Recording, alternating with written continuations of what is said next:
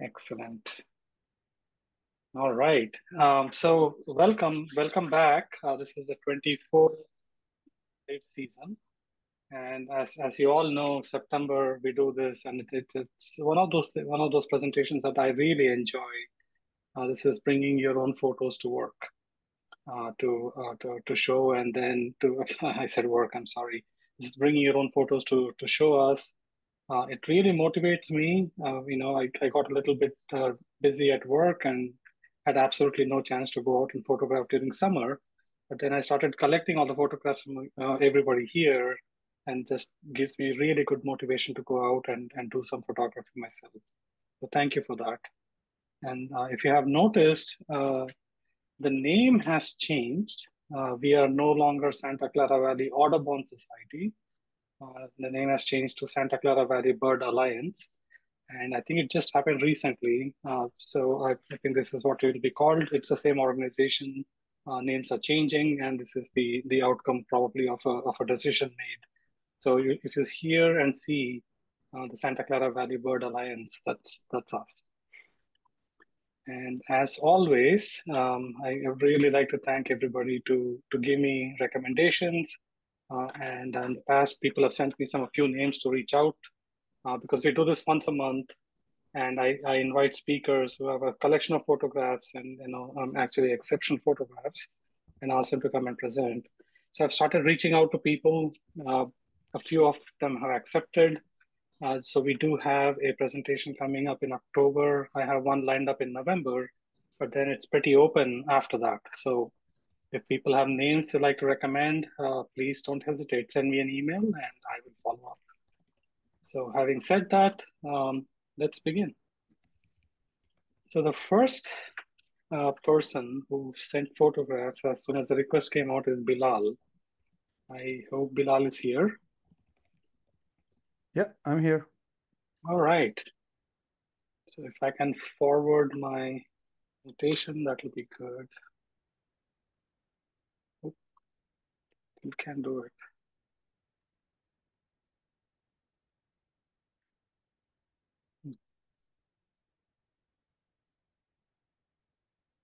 Okay. What are you guys seeing right now? Nothing. Joseph, nothing. Santa Clara Valley Bird Alliance Bay Area Bird. Now we don't see anything. Just us.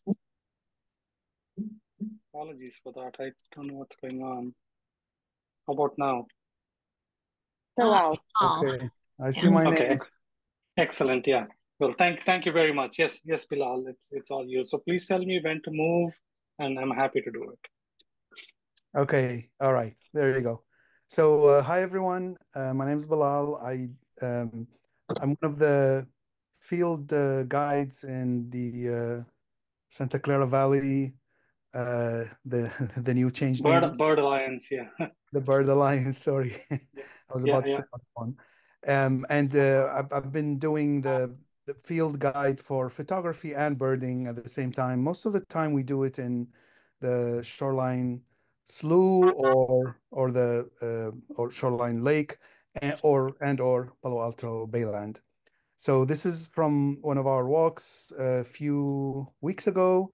This is when the breeding was happening for the black-necked stilt, and we got a lot of babies, and the stilts were actually always trying to protect them. So next photo.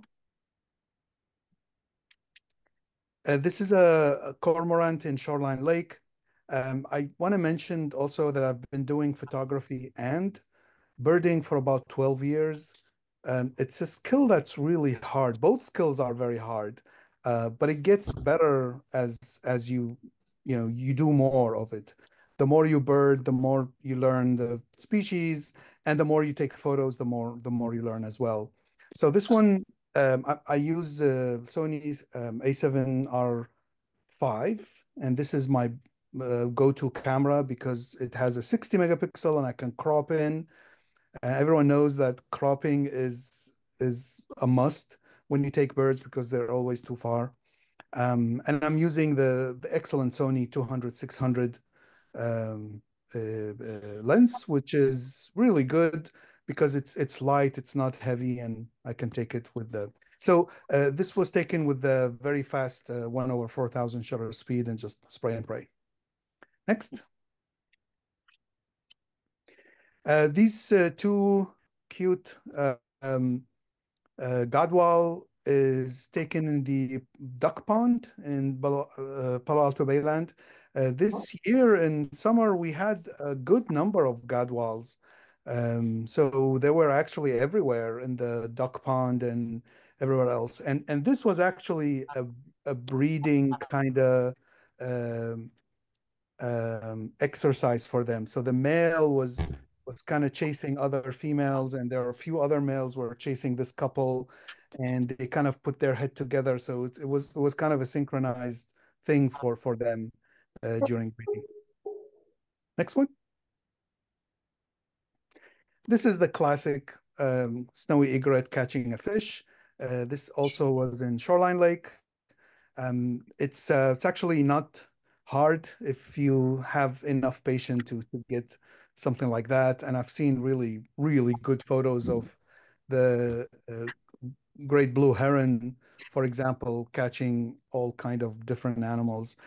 I like this one because it has a nice blurry background, since the bird was kind of sitting on a higher elevation, a little bit rock. Next. All right. So this bird called Watson, and this is my recent trip to Peru a few months ago. And this bird is archaic, it's ancient. It hasn't been changed for a few million years. And they actually have claws in their wings when they're babies. So it's kind of reminiscent of the dinosaur era. And they also have two stomachs, so they can eat or digest the plant, because they only plant. They do not eat insects. Yes. Sorry, can You Juliana, haven't can you unmuted. please mute yourself? All right. So yeah, so they are extremely unique birds, and they're wonderful to see. I saw them in a river called Madre de Dios, Mother of the Gods, and actually it's a national park that it's a huge national park that is not. It's a restricted access. They don't allow people to go in, but only take a boat trip. So this is from the boat, actually. Next one. This is a screamer, northern screamer. And this is also an ancient bird that also eats only leaves, only plants. They don't eat anything else. And you can see that actually, I can see from the wing, there's like a claw there. Although the bird guy didn't say they have claws, but I can see that in the in the wing. I'm sorry, they're not northern screamer. They're horned screamers, because you can see the horn, like a small horn on their head. Sorry about that. But yeah, so this is on the same area, the Madre de Dios River. And one interesting thing about that area is there is a native village that lives in the north of that park, and that village is still like they reserve their culture, their language, and they're all natives, of course. And they actually they're allowed to do hunting, and they kind of live like their ancestors. And tourists allowed to visit that village or part of that village through the boat. So this is I would say about maybe 8 hours drive from Cusco, which is close to the mountain range, but it's a drive to the east. Next. This is a gorgeous coquette. Let me just get the name right. I'm sorry. So Rufus. the Rufus crested coquette, and coquettes are just gorgeous, gorgeous hummingbirds that always sought over. I remember not seeing one in Brazil, but this time I was lucky to see it. This was taken in actually a small shop where they have a coffee shop and they have a lot of hummingbird feeders. It's called Picaflores Inca Manzonia Garden. So this is a little bit closer to Cusco than the Madre de Dios. But this guy showed up only once in about 3 hours of waiting, but it was worth it. Next. Okay, this is one of the gorgeous hummingbirds, the sapphire spangled emerald. And this guy, I was actually seen also in the same place where I saw the coquette.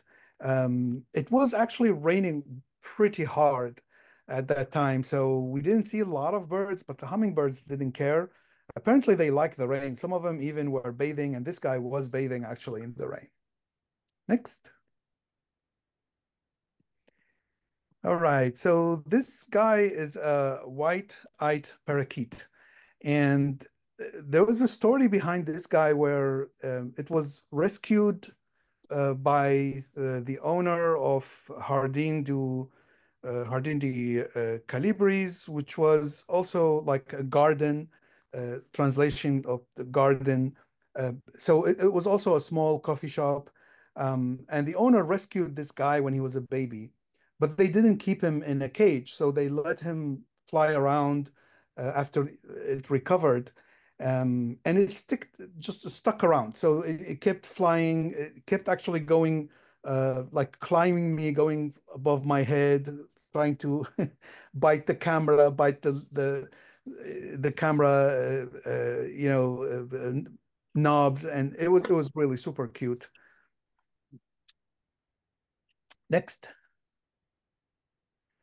All right. So this guy is white-throated toucan. And I saw this guy in another small coffee shop, Picaflores Inca Manzonia. I guess it's the same one that I mentioned before, garden. And this guy actually, he wasn't rescued or anything, but he's very friendly to tourists, and he come to the cafe to kind of beg for food, and apparently they gave him some. So now he comes in all the time, and they call him Poncho, and he actually hop around, always following the cafe owner, especially well, the owners are a couple, a man and woman, and he always followed the woman, and sometimes she gets scared of him. He's actually pretty big adult, but he was really gorgeous, and I got very fortunate to get very, very close to it, to get very nice close-ups. And thanks everyone for Yeah, watching. thank you. Thank you. Beautiful pictures. Yeah. Judy. Okay. So in April of this year, I was in Galveston, Texas. I don't know if you've ever been there. It's an island, one of the sand barrier islands off of the south east coast of Texas on the Gulf of Mexico. And at that time of year, besides the usual residents, it has a lot of migrants coming through. So there were a lot of birds, and we were either out along the coast or we were in a backyard with in a blind. So a lot of the smaller birds were taken in the blind. So this is an indigo bunting, and it's just the most amazing looking animal, most amazing looking bird. Painted bunting, right? What did I say? Yeah, painted bunting. Indigo bunting is later. It's the painted bunting, and they're just amazing. At least I never see any birds like this here, so it was gorgeous. Okay, thank you. Next. And this is the indigo bunting. So this beautiful bright blue. The females are a little less impressive, but they're just beautiful, beautiful birds. Right? So it's interesting to me because some birds are very nondescript. A lot of sparrows and other kind of brownish birds that fit in with, you can hardly see them. And then some birds, their strategy for surviving is to be really, really bright. I mean, you'll see the cardinal, and you know, you never can miss a male cardinal. So it's different evolutionary solution to survival, and it's just kind of interesting. Okay, next. This is a Baltimore Oriole. So at the blind, you know, we had food out, and this one is chomping on an orange. The Orioles really liked the oranges. And it was set up so that the background was soft behind where the birds were. So that made it a nice place to photograph the birds. Next. Okay, these are the male and female cardinals, and as part of their courting behavior, the male on the left, the bright one, feeds the female. So it's kind of like saying, "See, honey, I'll provide for you. I'll take really good care of you." So he was doing a good job. She seemed to be enjoying it. So the male on the left, the female on the right, and of course they're seed eaters. You can tell that thick beak. So that they can crack seeds. So I was pretty excited to get this picture, I have to tell you. Okay, next. So these are clapper rails, and I have seen one, well, now it's called a Ridgway's rail here.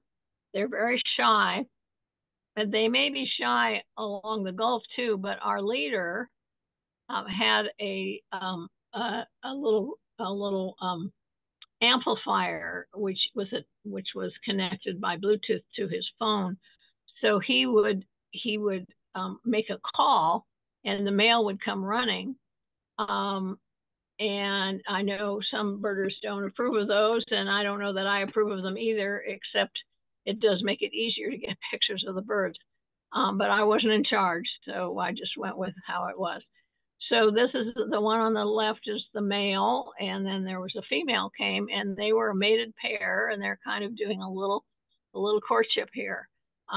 So since we can hardly ever see them here, I was really excited to get these, to get clapper rails. Okay, next. And this is a cattle egret. It was, these birds were nesting in an artificial lake, kind of like shoreline. And there were big tall trees because it was Texas. A little inland, it wasn't on the island, it was a little inland. And so all the cattle egrets were nesting in trees, and so this one is, you know, carrying a little bit for the nest. And something that I didn't know is that cattle egrets actually are not native. They've only been here since like 1950. They were probably blown into South America from Africa, and did well there because there were a lot of horses and cattle. But it was in the in the mid 1900s that they arrived in South America and slowly worked their way north. So I guess you could say they're not native birds, but they've been around. Well, they've been around for 75 years. So I don't know what the definition of native is, but I was really excited to see them and then to catch one on its way to its nest. Okay, next. And this is a reddish egret, and you go, wait a minute, that's not red. It's a white morph. So it's a genetic. So it's not an albino. It doesn't have a pink eye or obviously pink legs. So it's like a reddish egret, only it happens to be white. And when they are hunting, they spread their wings. I think it probably makes it harder for their prey to see them. And they kind of dance around. So it was really fun to watch them. You can see this one has caught a little small fish. There are it's not an anomaly. There are quite a lot of white morphs. I've seen other pictures, and those were the only ones. We never saw a reddish egret. Okay, next. Enter then. And these, we did see a lot of terns. These are royal terns, and it was their breeding season. So when they are courting, the feathers at the top of their head fluff up. And here a male has brought a fish for the female, again saying, see, honey, I'll take good care of you. I'm a good provider. So it's always, so it was fun to see their interaction. And then, like all these birds, they don't have teeth, so they just swallow the fish whole. You kind of blows your mind to think about. I mean, you can see it with egrets and with herons and other birds. They swallow we saw it, a darter in Africa. They just swallow this huge fish whole and then digest it somehow. So anyway, here's the couple. Okay, next. I think that might be okay. And I was really excited to get this. So this is a scissor-tailed flycatcher. They're very fast, but they have that just amazing tail. And I got a lot of pictures that either there was no bird in the picture or the bird was quite blurred. So I was pretty excited to get this with the wings out. I wish I'd gotten a more obvious eye, but I couldn't really complain because I got the shape just perfectly. So I felt really good about that. I think is that the last one? Oh no, this is a white ibis. They're a very pretty common bird around that part of Texas. And so I worked hard at getting them flying because they've got that interesting bill that curves down, and then they're just beautiful in the air. So, and I like this picture. I have some where you can just see the sky, but I liked the trees at the bottom gave it a little more context. We also saw white-faced ibis, but I don't think I have a picture in this group. Okay, I think that probably is the last one. Yeah. Okay. Beautiful pictures, Judy. So go to Galveston in the spring. It's really very, very interesting, and a lot of birders there. Oh, very cool. Yeah, thank you. Stega, you're in Los Angeles. Yes, cross your fingers. Cross your fingers. My network stays stable for this. I'm in LAX right now. Thanks for joining. Yeah. Yes. So as most of you or anyone who's seen me present before knows, most of my birding is done at our ranch up in the East Foothills. And there we focus on habitat restoration and creation. And I basically at this point have published almost 8,000 images of just the wildlife that we have. Granted, we have only documented about 108 species of birds. We got our 108th this week with a warbling vireo, so that was excited. But we've also documented things like American badgers, although all I tend to get are badger butt shots, but you take what you can get. So then the other 1% is why I'm in LAX, because then I do travel, and I travel quite far for other birding adventures. So right now I'm on my way to Indonesia. So this little towhee, I decided to go through my photos from the last year and do a January, February, March, all through the year. And for some reason, spotted towhees only like to bathe when it's raining at our place. I have no idea why. So half of the water falling and water droplets you see here are the towhees making, and the other half are just rain. So we get spotted towhees and we get California towhees at the ranch. You can go to the next one, please. And then I volunteer at the Wildlife Center, and we ended up with some foster turkeys last October. And unfortunately, they stuck around for many, many months. In February, though, this shot was taken, and in February, they finally left and found a real flock to join. But this was the male of the two. And I just love that he's not in the typical, full display mode, but you can still see all the stuff that can become inflamed when he's feeling his oats. And then in March, if you can go to the next photo, please. We have so many sparrows at our place. We've got the gold, the white throat, song. Sometimes we'll get the Savannah or chipping. We also get all three major finches. But for some reason, I love getting candid shots like this one. And this is just a gold-crowned sparrow, fresh from the bath, doing a little preening, itching his little head. The disadvantage, though, of having lovely, lovely sparrows like this, if you can go to the next slide, this is the same bird bath But now we've got a Cooper's. And our Coopers have learned the amazing skill that if they run a bird into the windows, even though all our windows are treated, so usually birds will not hit them. We use the Kaleidoscape product to run lines down our window to break up that space.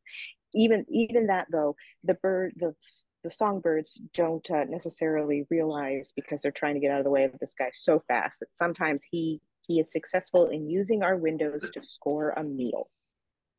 It's, you know, there's nothing we can do about it. They have just learned to do it. And then that was April. And so by May, all our sparrows have left, and you can go to the next one. And our orioles arrive. And here you have both morphs of the hooded. So you've got the brilliant and the dull. And then in addition to hooded, we also have bullocks, which resulted in the next shot, which is quite funny. Because you have a hooded and a bullocks. And whose girl is that? I love their expressions because they're like, I believe it was a hooded female. I do. But we usually have about 5 to 6 breeding pairs of orioles. And then by June, if you can go to the next slide, our baby quail arrive, and they are so adorable. And we do deter ferals. And so as a result, if you can go to the next one, thankfully, most of our moms and dads end up with most of their babies intact by the end of the year. In fact, last week I shot a video of about 100 adult quail outside my office window. It was pandemonium. It was glorious. And then the last 2 shots, I did leave. Finally, I spent all my winter filling a giant pit, so I couldn't take my usual birding/diving trip to the Caymans. If you go to the next slide, in July, I got to the Caymans just as bear down on us. Thankfully, I have friends, and so I didn't have to evacuate the island. And I was lucky enough then to continue my dive trip. And this was a brown booby, not a blue booby, a brown booby that I shot from the dive boat. And then the very last image, I came home after the hurricane and the lovely trip to the Caymans, and we were suddenly inundated with yellow-billed magpies.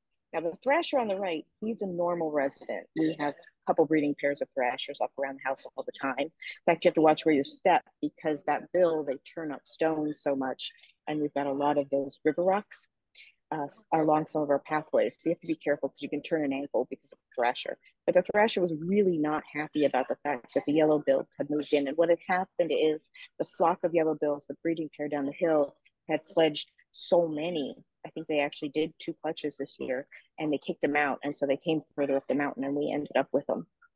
Our jays and our thrashers were not amused.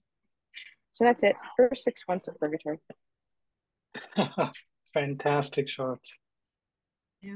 Have a safe trip to Indonesia, and we are looking forward to seeing some pictures from there. Oh, yes. Many pictures will follow. Yep. Very cool. All right, Steve. So, greetings, everyone. Hi. So, first slide. So I did a trip to Brazil in July. So I'm going to share a few photos with you. So the first few are from the Pantanal. It's an inland wetland. It's huge. The attraction largely is mammals, which is one of the reasons I went there. But it has some really nice birds like this Toko toucan, one of the iconic birds of the area. Next. And did a couple of river trips in a small boat, and saw this ringed kingfisher. It just caught a fish and apparently showing it off. Next. And this is a greater rhea, very similar to the ostrich or the emu. And they're quite common in the Pantanal. This one is about to swallow some vegetation. Next. So that's all I was showing from the Pantanal. The only birds from the Pantanal. Then spent some time in an area called the Atlantic Forest, which goes from, I mean, it's a very large forest, or at least originally was very large. It's been, a lot of it's been developed, but goes all the way from sea level up to several thousand feet. So it has, quite a bit of varied habitat. But this one, this lovely little bird is a swallowtail manakin. The swallowtail is kind of stubby at this stage, but still quite cute. Next. And I was lucky to see this robust woodpecker. I don't know if it's rare, but it's rarely seen. So I was very lucky to have a few seconds he landed within view and got a few shots before he took off. It's probably about the size of our pileated woodpecker. Next. This is a red and white crake. So this is a very secretive bird and very difficult to photograph, except you might be familiar with the technique of attracting birds pioneered by a guy named Angel Paz in Ecuador, where he would attract ant pittas with food, and he'd put it out every day and call them, and eventually train them after months and months. And so the lodge that I stayed at, Macuchino Lodge, the owner did a similar thing with these crakes. And so he'd put food out and he'd call them at a certain time each day, and they'd come within range. So this was a nice little opportunity. Next. And an attraction for me were some of the tanagers there, these iconic tanagers that you find in the area. And this one appropriately named a redneck tanager. Pretty wild coloring. Okay, next. But not to be outdone by the brassy breasted tanager.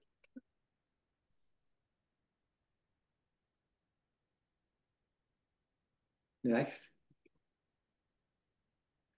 And finally, the very common green-headed tanager. So those were three species I really wanted to photograph because they're just so incredibly colorful. And one final photo. I mentioned we went to the Pantanal for mammals. So here's just a couple mammals that we could see. The jaguar is very common along a river. So you go out during the day in a boat, and you'll usually see one or more along the river each time you go out for a few hours. And we were lucky to find the southern tamandua, also known as a lesser anteater. The greater anteater is found in the southern Pantanal, which is very common because it's out during the day a lot. But the southern tamandua is mostly nocturnal, so we were quite lucky. So that's it. Wow, beautiful. Just amazing pictures. Yeah. Are the tanagers all from the Pantanal area? I'm sorry, was there a question? The tanagers, were they all from the Pantanal area? No, the tanagers were from the Atlantic Forest. I see. Thanks. Right. Bob. Okay, the pictures I'm going to show you are from a trip to Bhutan in 2024. And Bhutan is a very forested country in Asia. And so you get to see some species and families of birds aren't so common around here. This picture is an ibisbill. It's in its own family, and they're only found in rapidly flowing rivers. They were young when we were there. This is an adult, but some of them had fuzzy little youngsters along with them. Nice to see. Next one. I'm not seeing any bird pictures. I'm just seeing everybody's face. Maybe Can everybody else see it? You've probably Yes. You can see it. you've probably clicked on the chat button or something like that down on the bottom. No, no, Oh, that's in the not top, it. in the top. When I click on the chat button, I get a column. No, Like no, I on see the the top. ibis. participants. Up I on see the the top, ibis. under view. Yeah, Up I'm on the seeing it top, too. under view. Up Yeah, on I the think top, rest of up, us are seeing it. up on the Go top, to the under top. Go to the view, top of the go window. to standard. So I can see when I look at, I've seen everything else. When I look under view, it says speaker gallery, multi-speaker. That's all There it, should be something that also says standard. nope, there's nothing that says standard. Keep poking around Okay, because you lost the screen sharing view. Anyway, muting now. okay, thank you. Oh, Just to confirm, everybody else is seeing the I got it. ibis? I got it. Oh, okay. Yeah. Thank Thank you. you. Thanks, everybody. Sure. All right. Okay. So this picture here is a striated euhena, and the group of birds called euhenas are in the same family as white eyes, which seems very strange to me. There's 6 different euhenas in Bhutan, and they all have this little crest like this, but they have different patterns and so forth. And this one was feeding on these purple things, and I still don't know what these purple things are. So I have some research yet to do. Next one. This is a golden-breasted fulvetta. And before DNA got started, there were a whole lot of birds called fulvettas. And as the researchers began to look at them more carefully and look at their DNA, they discovered that the so-called fulvettas are in 3 different families. And this one is a parrotbill. And you probably know another parrotbill, that's our wren tit. So this is an Asian relative of our wren tit. It's a golden-breasted fulvetta. Next one.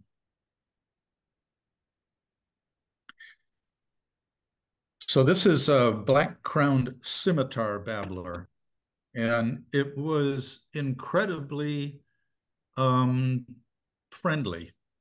It walked around on branches near us and looked us over. It's got that big bill, and I think it was hoping for something. It belongs, so again, the DNA guys, there used to be a group of birds called babblers, and then they got all split up. And this is now in the family called tree babblers. It's a very vocal bird too. Next one. So that fulvetta was a parrotbill. This is a parrotbill, and it's called a parrotbill, white-breasted parrotbill. It's only about as big as a wren tit. It's even maybe a little smaller.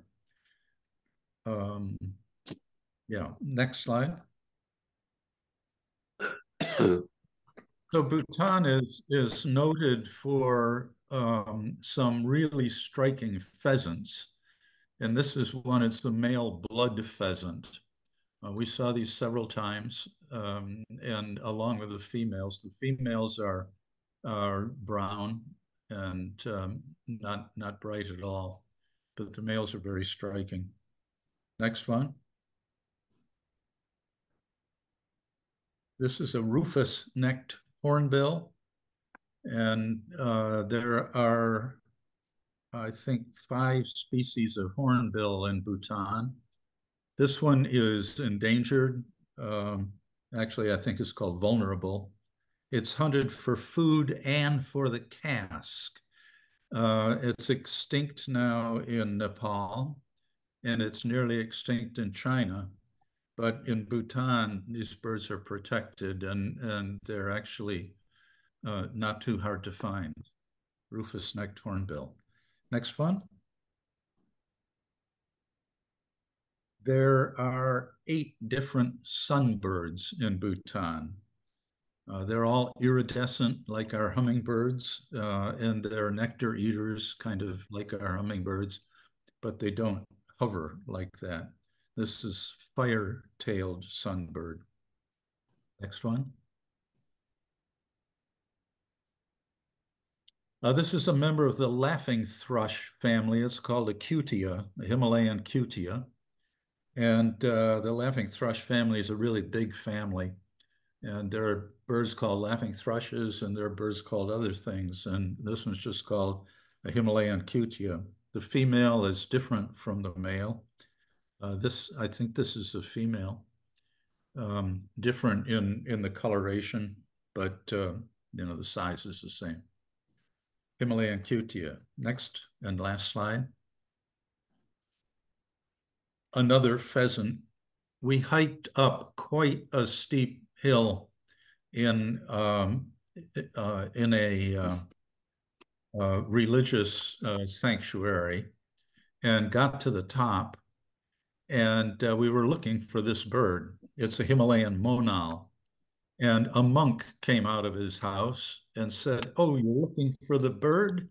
Wait a minute." He went back in his house, got some rice, came out and said, "Here, birdie, birdie, birdie." And the bird flew in and we took his picture. So it was a little bit not so. The pictures were all taken with a Canon R5 and 100 to 500 millimeter lens. That's it. Thank you. Beautiful shots, Bob. Thank you. I wish birds listened to me like that. So here, birdie, birdie. Yeah. All right, Leah.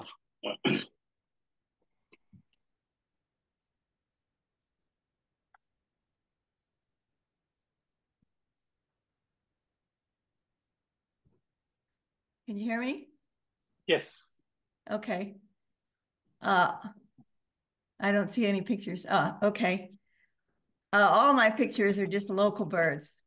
And I usually, what I do is I take pictures of birds and I bring them home and I kind of study them. And I looked at this bird and I said, "What is that?" And it turns out that it's what I have in my backyard all the time. It's a house finch. And house finches sometimes are yellow. I didn't know that, but you can see it also has the stripe on his belly. He's got the finch beak. And I just took this at Don Edwards out of my car window. Okay, next picture. And at the same time, I saw a regular house finch. And this is a picture of the same place, same time, same day. And look how different it is. But you can also see the sort of striping on his belly. So next picture. Oh, and on this one, this is an avocet, but pay attention to the chick, because you notice it's got a sort of a black line. He has a white belly and rump and a black line around his side and back. And he's got a little eye line also.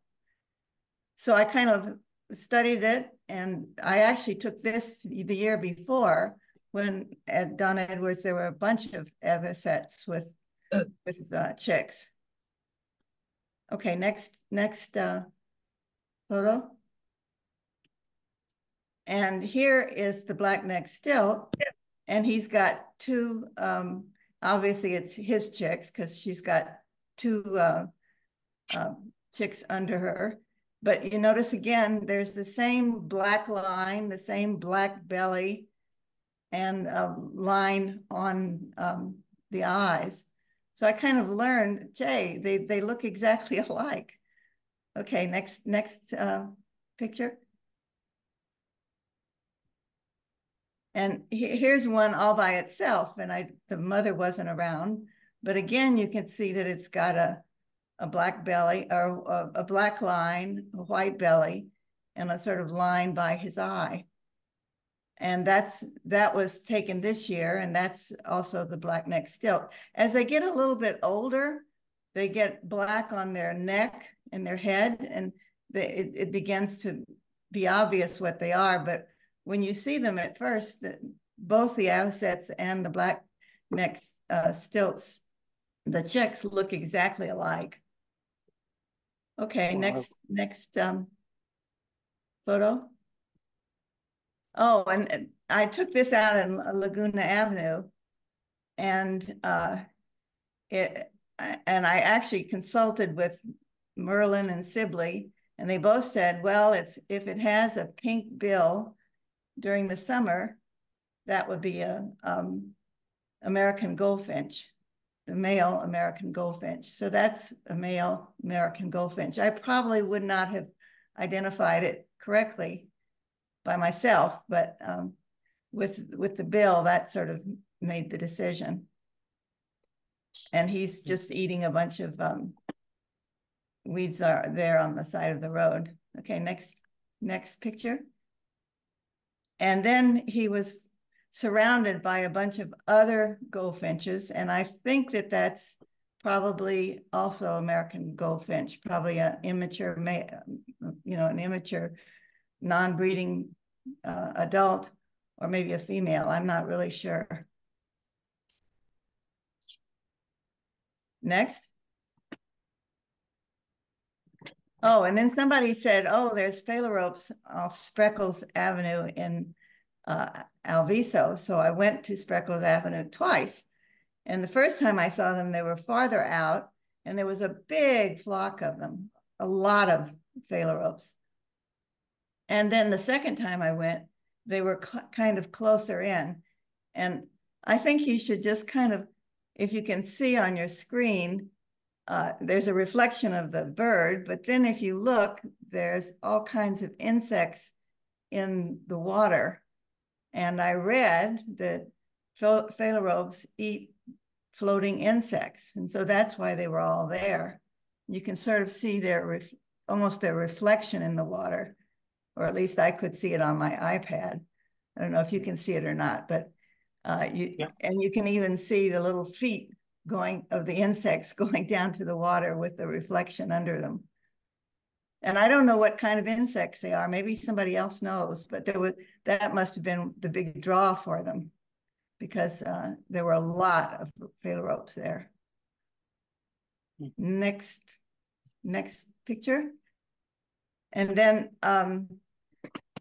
these, I have two pictures that I just took out of my patio. And actually, if I go in my backyard, they immediately fly away. But if I stand inside the house and shoot through the patio door, I usually can get them to stay. So this is Townsend's warbler, and I realized that, from my picture, I realized, oh, it's a migrant during the winter, and that was why he was here. Next photo. And this was a Western tanager also in my fountain in the backyard.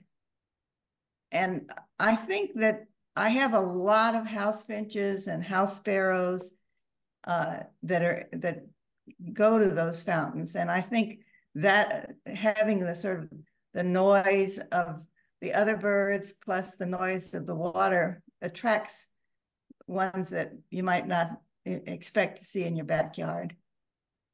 So that's all of the pictures. Thank you, Leah. And thanks for sharing the story about the avocet and the blackneck stills. I did not know that. It's really nice observations. All right. Next, Nikhil. Hello, folks. I'm Nick Wad, and it's my first time presenting here, so I'd like to really thank Sri. I was supposed to be at this meeting earlier this year. I got the date wrong, and I joined the meeting a day later. And I pinged Sri to say, why is there nobody at the meeting? Only to realize that I had the dates wrong. So, anyway. Well, welcome, Nick. Yeah, thank you. Welcome. Right time this time. Yes. I think before I talk about the photos I've taken, I have to say that I usually go out to take bird pictures with my wife, and one of the reasons is, of course, both of us enjoy birding, but I'm blind as a bat. I mean, the bird could be staring at me in the face and I can't see it. and my wife is probably the best spotter out there. And she'll point me to it, and that's how I end up getting probably 9 out of 10 shots I get. So this is a picture of a hummingbird. This was at the Santa Cruz Arboretum. And I believe this is in Allen's. And Sri, maybe you can correct me if I'm wrong. It's an Allen's. No, it's an Allen's. Yeah. Allen's. And so this was Santa Cruz Arboretum. I am a pandemic birder or bird photographer. So, that was what turned me towards bird photography. So I'm relatively new to the space, might not get the names of the birds right all the time. But we saw on eBird that the Allens had showed up at, we ended up going there, take pictures. And if you've, photographed Allens, or you've been out birding to see the Allen's hummingbird, one thing that will stand out and it'll remind you is that there's the woozing noise that they make. They like zoom past you and you can't miss it. Like, it's so unlike the Annas. The whoosh as they go up and down and up and down. It is amazing. And you can probably, just be there and watch them all day. It was so fun. And this guy caught him in this pose as if to, it looked like he had been caught with his hands in the cookie jar. So I love this picture. And so this is the one I chose to share here. Beautiful. Let's go to the next picture. Yeah. This is, I think what I want to say about this picture is this is probably what I deem to be an exotic bird. It is still an exotic bird, but it was, as we started out coming out of the pandemic, I used to go down to Shoreline to take pictures, and I was like, I always see people taking pictures of very colorful birds. Where can I go take pictures of a colorful bird? And so I was looking at eBird, and the vermilion flycatcher showed up at the time, and it showed up at Grant Park. And so my wife and I, we made that 1-hour trek from Mid Peninsula up to Grant Park, and we were able to see it there. So this was just after the pandemic. This picture is taken earlier this year. So this bird appears to be a recurrent visitor to the Grand Park. It is a shy bird. It is very skittish for reasons I don't fully understand. So also earlier this year, we were down in Tucson, Arizona, and there, these birds are everywhere. They're like finches, and nobody bats an eyelid. Like, nobody really cares that they're there. The birds don't care that humans are around, and they're just like, it doesn't bother them one bit. But this bird that is out visiting at Grand Park, you can probably blink and it'll fly away. It's very, very skittish. And I have a 2 to 600, and even with that range, with that lens, I was able to. This is the best shot I was able to get.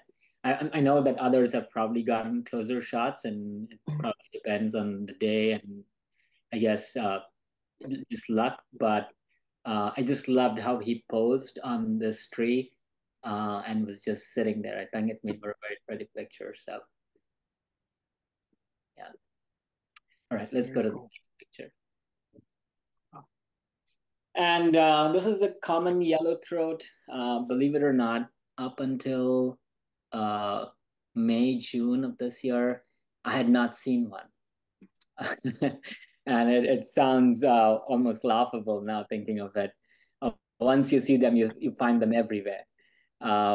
So again, in my quest of trying to go out, look out for colorful birds in and around the area, I noticed that these birds were beginning to show up in Santa Cruz.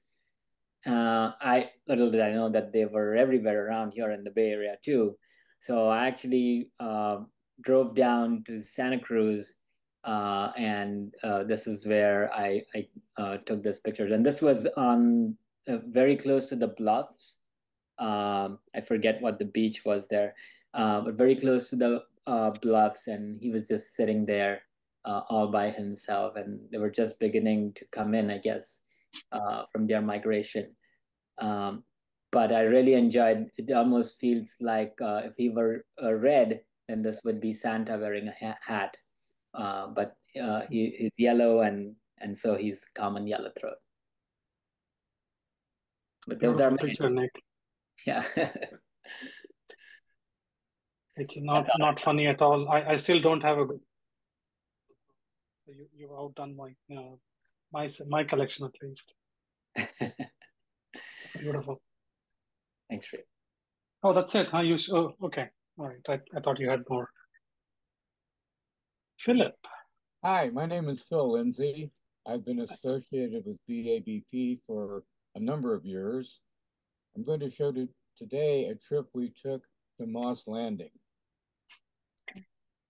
We did this trip in late autumn of last year, and the folks that run the Elkhorn Slough boat trips put on special photography tours, and that means they reduce the capacity of the boat in half, so you have a far better chance of getting a good view.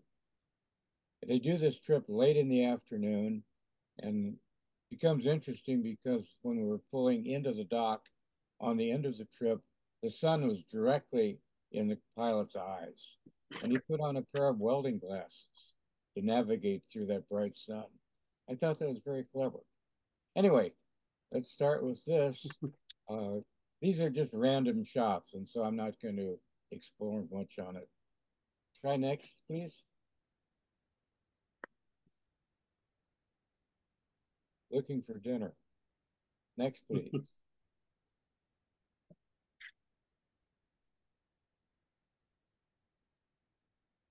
I think he's got something. Oh, he did, yeah. Okay. Pelican on guard. Next. Little flying action. Next. More flying. You're quite low in the water, so you get some interesting perspectives. This was a water party. Next. Gathering. Next. That's it. Thank you. Thanks for sharing. Obi. Hi. Hello. So earlier in the year, I went to Trinidad, St. Lucia, and Dominique. So that's where I'm starting with these things. Only I don't see any bird up there yet. Nope. There we go. So that's the St. Lucia's warbler, which is endemic to St. Lucia.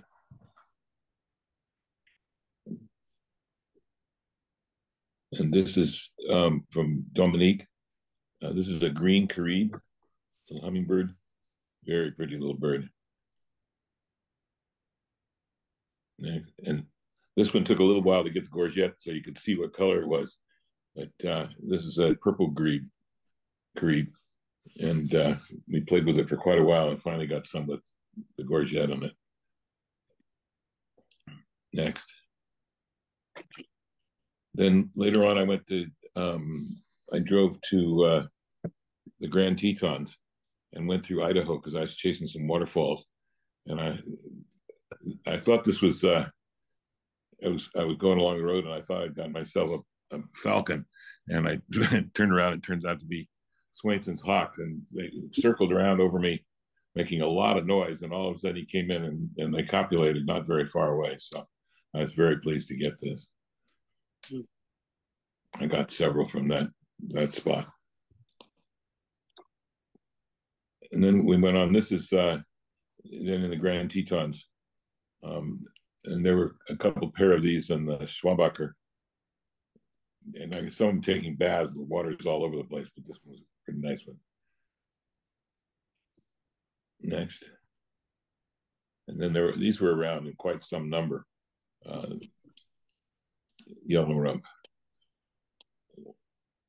They were nicely colored up too. Okay, next. And then yellow warblers were the other ones who were in there in quite some number. They're playing around in the water a lot.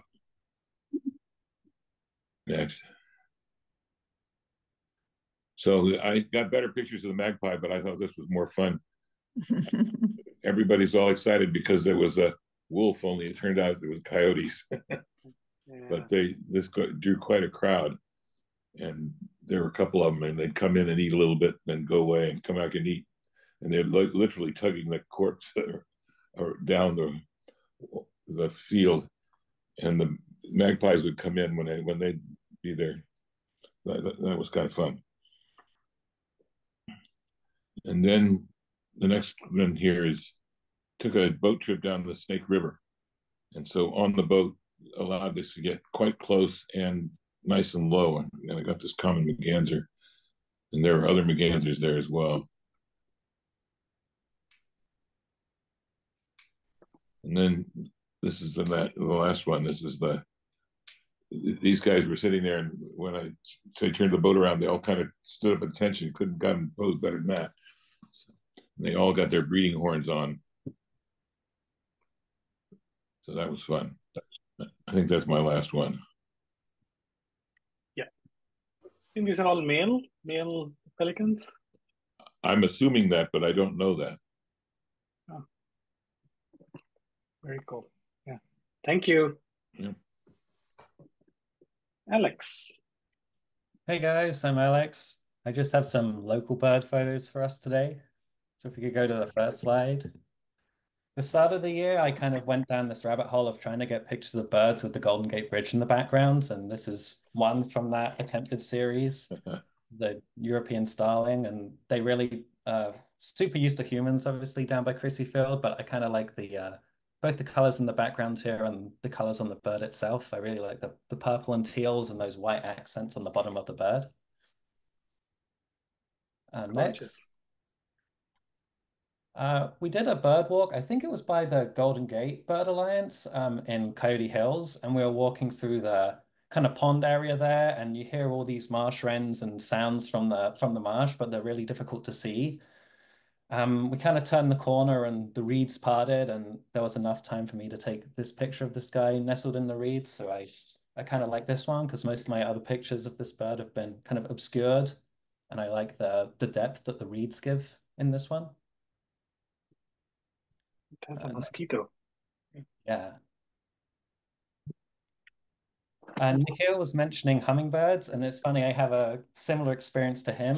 Up until this year, I'd only seen Anna's and Costa's hummingbirds, so I went to Santa Cruz Arboretum, and the second you get out the car, you know something's up because there's a different kind of whirring, buzzing noise in the air. And the hummingbirds are everywhere, and so you can really, take your time and play around with some of the plants and flowers. And so this is one of the shots I got on that day, but the noise they make, especially compared to the Annas, is super interesting. Yep. Very cool. Next. So I took a trip to the Big Island and did a bit of pelagic birding, but pelagic birding there was really challenging because the birds are really far away and the boat's rocking, so I don't have any images to share from that. But looking around the island and looking for honey creepers, most of the time when I saw a bird and was really interested in it, it turned out to be an invasive. And I think this is a white-eye or warbling white-eye or a Japanese white-eye. Even though it's an invasive, I really do like the colors on this bird and that striking white eye line. Next.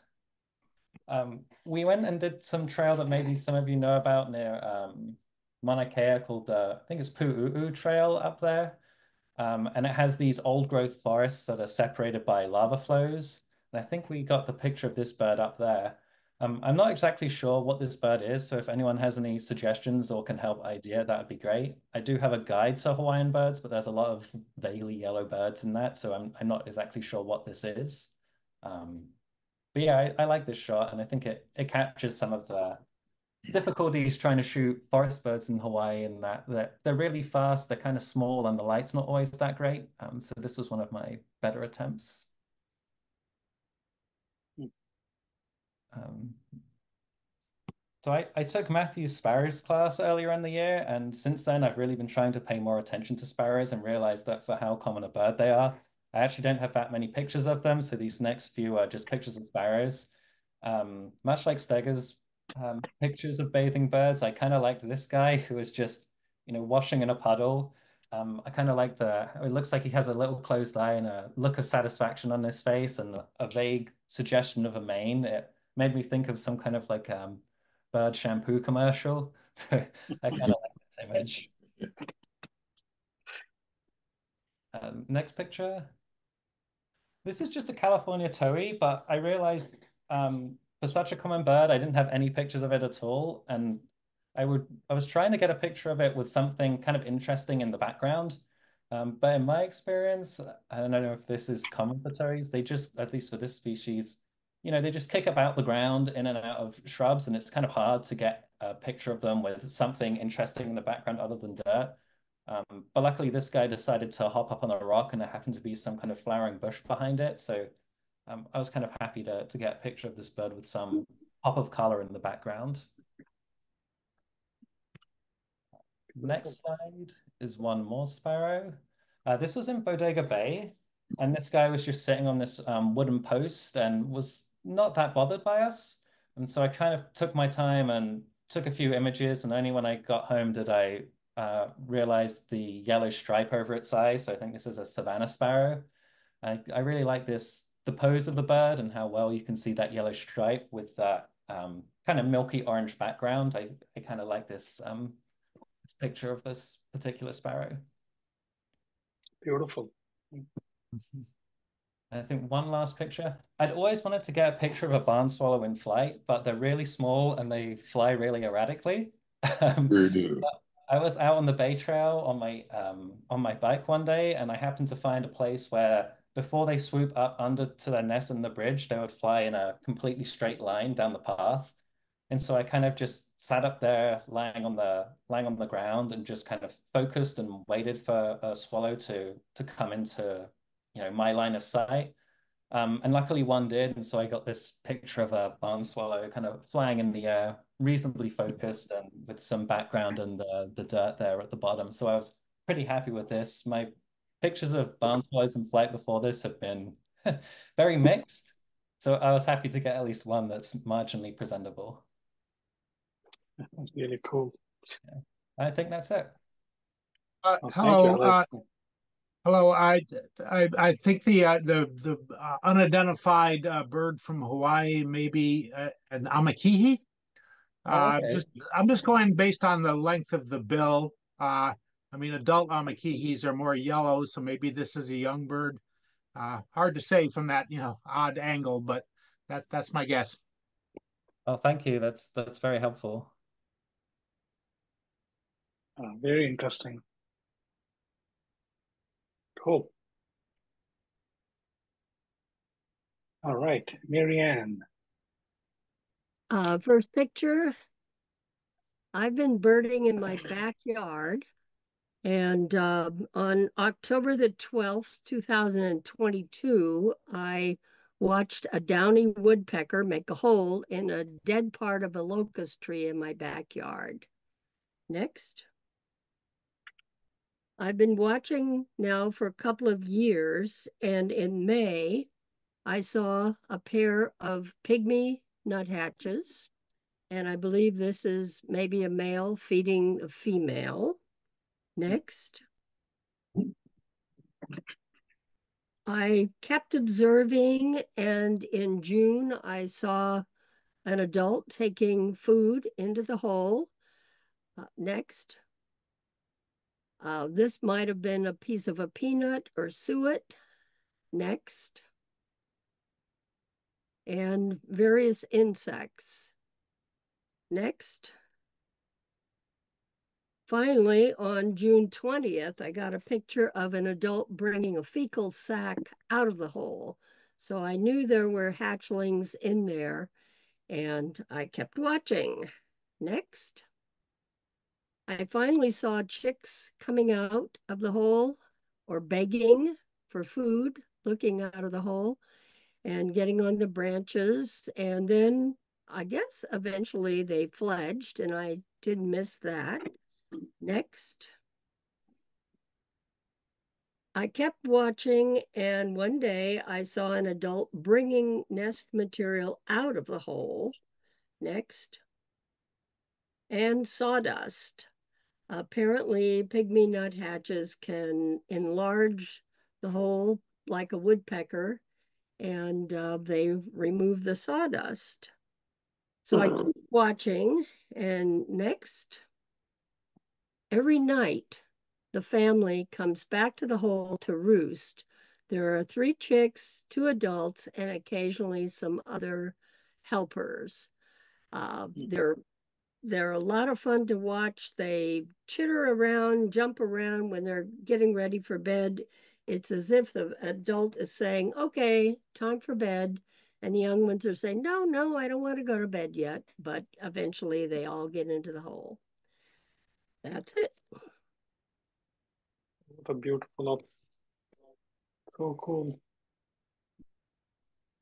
All right. I'm done.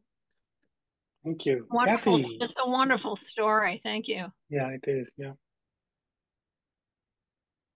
I enjoyed hearing Marianne's description of the family saga there. Yeah. I am going to talk about bowerbirds, and these are birds that I have photographed in Australia during 2 different trips. There are 7 bowerbirds altogether in Australia, and I've had the chance to photograph 6 of them. And I'm going on another trip in November, and maybe I'll get that last one. That would be great. But I wanted in particular to talk about bowerbirds with their bowers so that you can see kind of what the bowers look like and to appreciate also what it was like to photograph these birds, because it varied significantly from one to the next.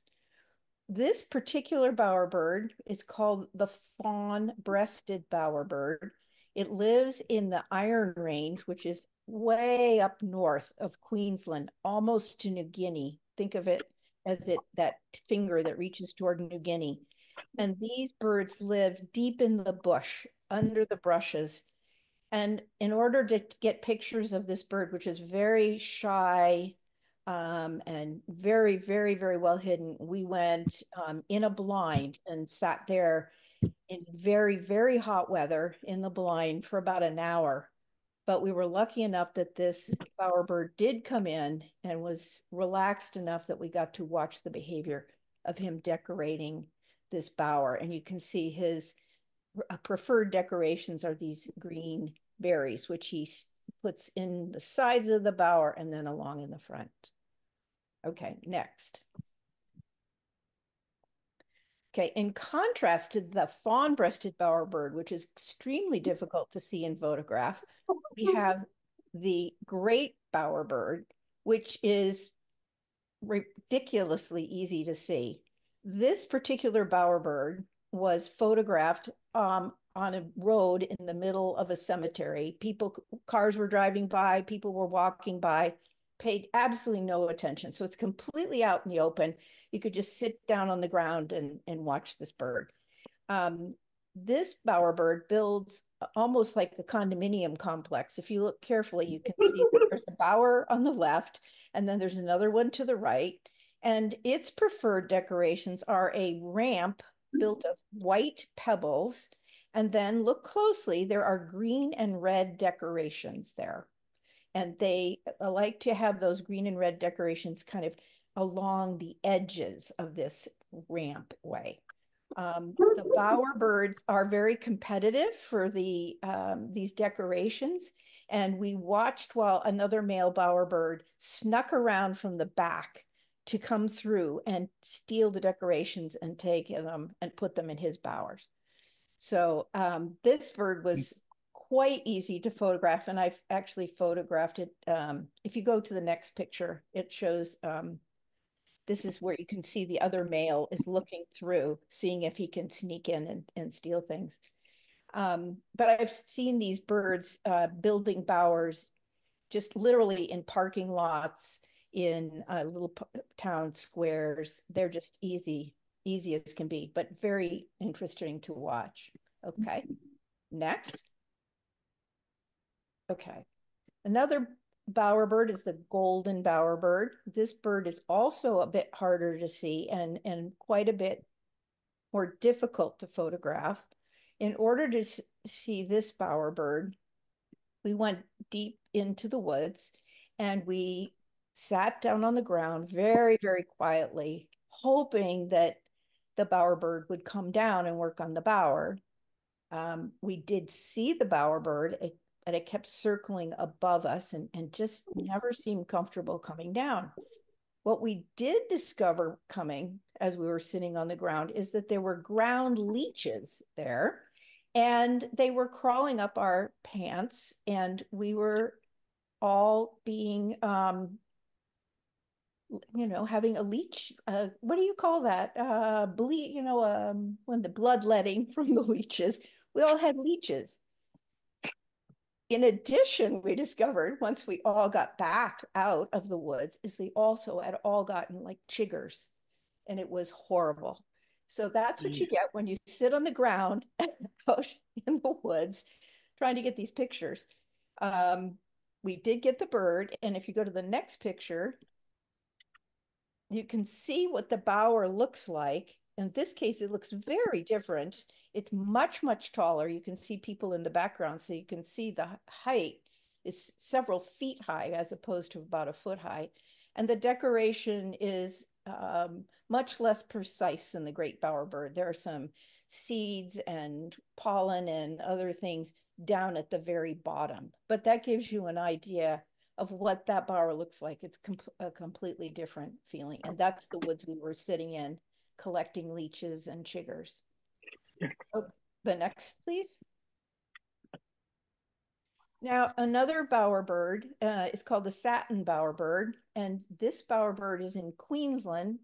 And you can see it's busy right now. It's got a stick in its beak. It's busy putting that into the bower. They're constantly adding sticks, moving sticks, rearranging sticks, getting it just so. And they also collect objects.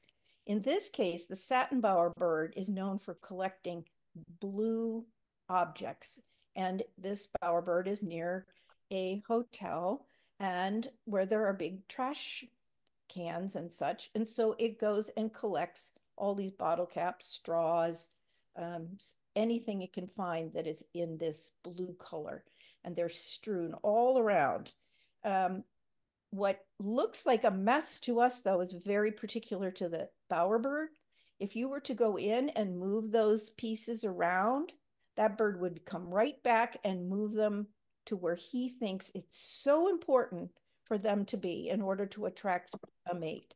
Because the whole idea of all of this behavior from the bowerbirds is to attract a female down to the bower, and they want the female to come through the bower to them, and that it's all about getting the female's attention. So if you go to the next picture, this is what it's all about. He is just making that bower, hoping that he can attract this female bowerbird into that bower and they can mate. And he maintains that bower pretty much all year round. So that's the female. And then next.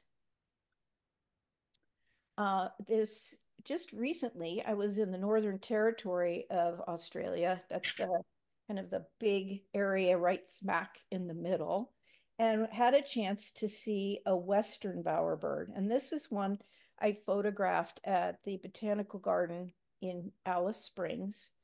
And it was a bowerbird that was building right in the Botanical Garden, right on a path, right where people were walking.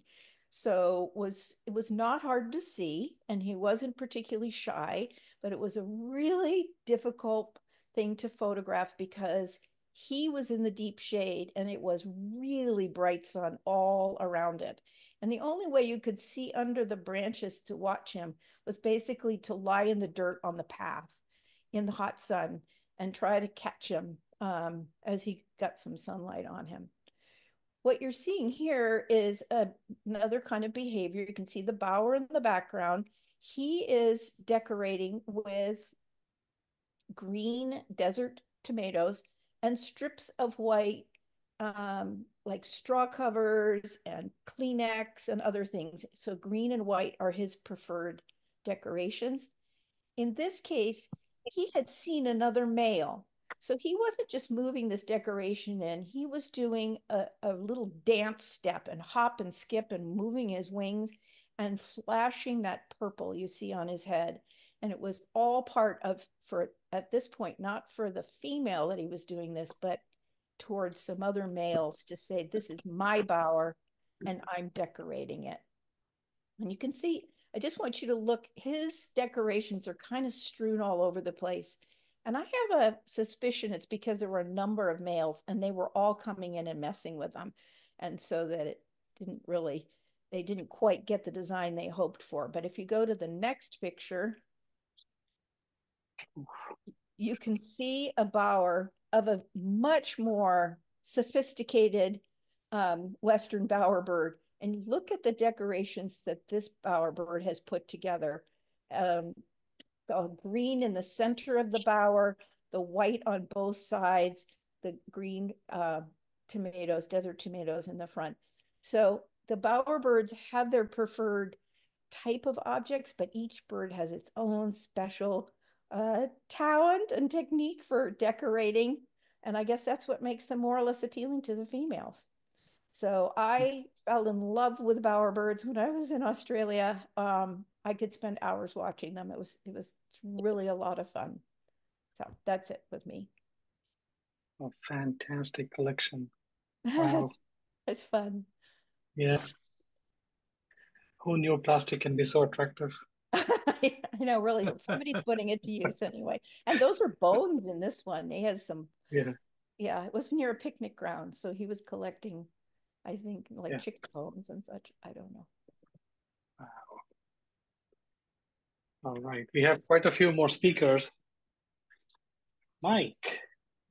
Yes, good evening, everybody. I wanted to do a presentation of the local birds just in the East Bay. I'm based out of San Leandro, and most of the shots on this series are shot with a Nikon Z9 and an 800 millimeter. And, you know, a lot of times when we go out, you know, we might focus on, you know, let's take pictures of just birds in flight, or let's take pictures of just raptors, or, you know, whatever. But I wanted to kind of reflect on the diversity that we see even in some of the same locations. So, you know, obviously at MLK Shoreline, there's a whole range of different shorebirds. And in this situation with the brown pelican, I always think that they look so prehistoric. You know, they look like something from, you know, from when dinosaurs roamed the earth. And when you get the details of them and they're in flight, I'm always amazed at them. So I thought I would put one of these in, and they're quite popular and very common over at MLK Shoreline, like in many other places around the bay. Next one. And this is over at Bort Meadows, part of the Chabot,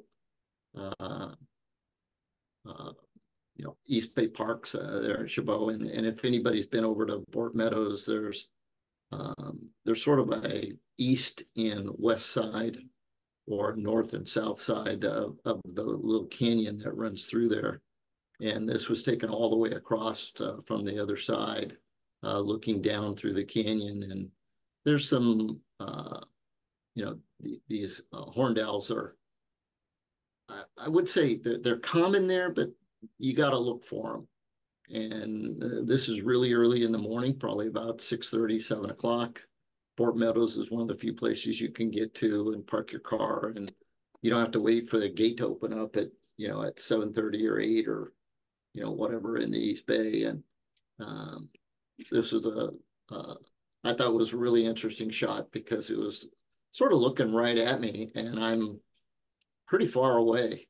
And I love the eye staring at you. And I thought that was really cool about this shot. Next one. With the advent of the last few years of eye tracking with a lot of the cameras, I don't know if other birders capture a lot of birds in flight, but I like to put them together in panoramas, and that way I can study and look at their flight motions and look at them while they're flying. And this is one of the night crowns over at MLK Shoreline. And I always think they just look so majestic when they're flying like this. And I like putting together the panoramic shots of them. Next one. Again, some of the diversity just in the East Bay. This is at Lake Elizabeth and also Dry Creek Pioneer. The Coopers and the red shoulder and the kestrel. The interesting thing about the kestrel one at Dry Creek, right after this shot was taken, the branch broke and the bird fell and caught itself on the way down. And so I have a series of shots that I was contemplating putting into a sequence, but it just got too messy. The branches were flying all over the place. The bird was flailing everywhere, flapping its wings, and it finally balanced itself. But that little limb that he's on gave way and just broke away. Next one. Same thing here with the Bort Meadows. You got the hawks that'll fly by, and I've gotten pictures of them carrying gophers and rats and all kinds of stuff that they'll pick up. But I like this one from the intensity and the stare, and you can see that by looking from shot to shot and how they're staring and looking ahead. And I just think it's always kind of interesting to look at the position of the wings and everything all in one shot. Next one. This is some of the shorebirds, and I think there was another wren from another person that I can't remember if that was a Martin Luther King, but along the shoreline. The wrens are so vocal, and a lot of times when I go out, I love these shots where they're holding on to two of the reeds and just yapping away in the middle of them. And so I kind of look around and wait for them to get into that kind of position if you can. And I like this one because he looked like he was barking right at me and singing along.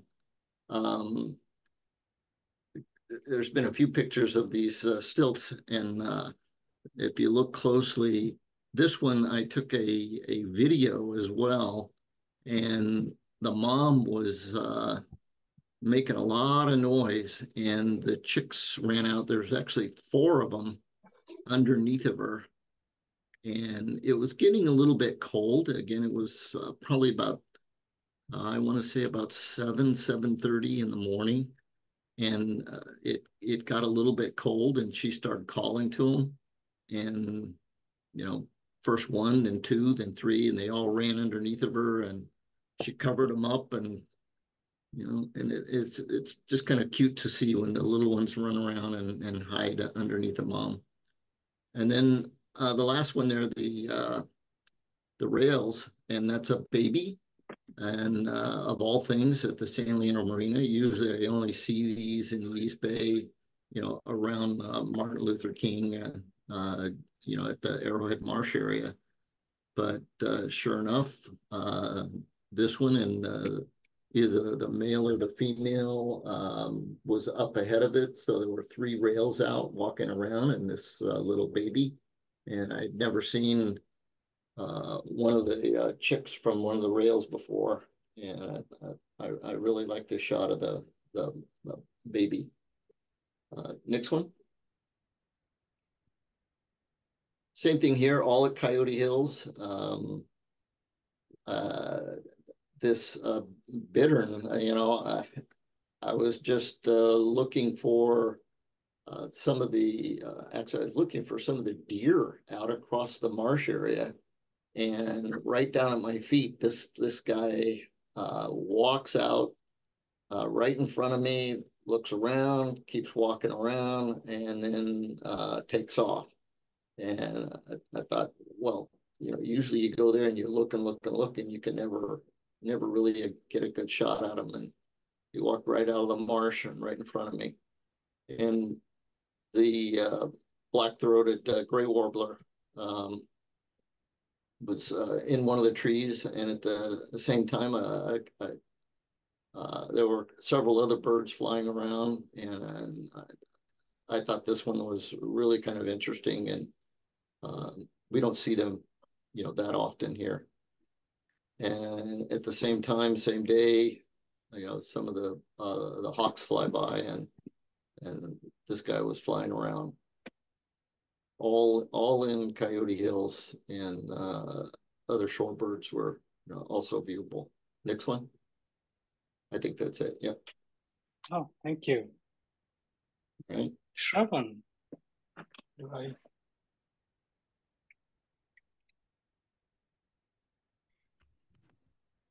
Hey, Shri. Yeah. Oh, you're here. Cool. Yeah, so this was my, I had a trip to India this January. This was an Alexandrine parakeet.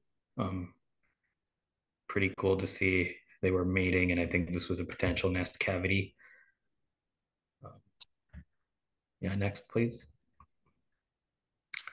Yeah, I know Nikhil had a cool one against the green. I think this plant, I believe it's called Cape Heath or something. I think it's a South African plant, but I like the contrast that it gives, and you can pick from a variety of backgrounds at the UC Santa Cruz Arboretum.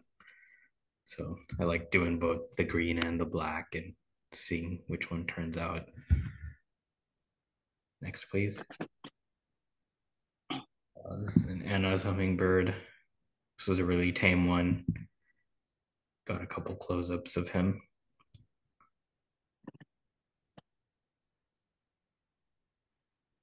This was at the Don Edwards Alviso Boardwalk. Juvenile stilt and parent.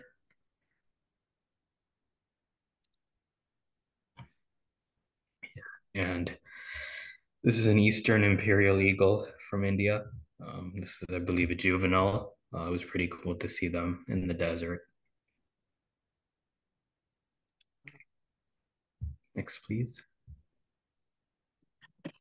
I've been trying to capture more environmental shots lately, so this was one of the golden eagle in the Diablo range. I just tried to, capture the hillside and the bird.